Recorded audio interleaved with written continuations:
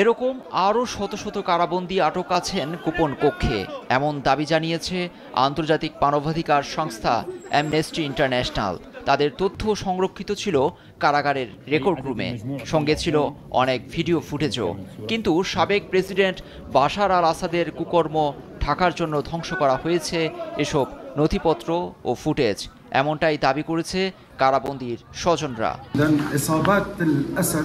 আসাদের সাঙ্গপাঙ্গরা কারাবন্দীদের নথিপত্র আগুনে পুড়িয়ে নষ্ট করেছে।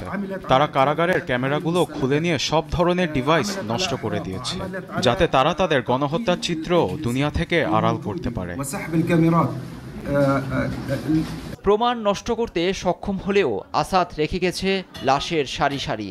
কারাগারটিতে তল্লাশি চালিয়ে 15 জন বেসামরিক নাগরিকের মরদেহ উদ্ধার করেছে উদ্ধারকর্মীরা, এমনটাই বলছে যুক্তরাজ্য ভিত্তিক পর্যবেক্ষক সংস্থা Syrian observatory for human rights. সংস্থাটির দাবি,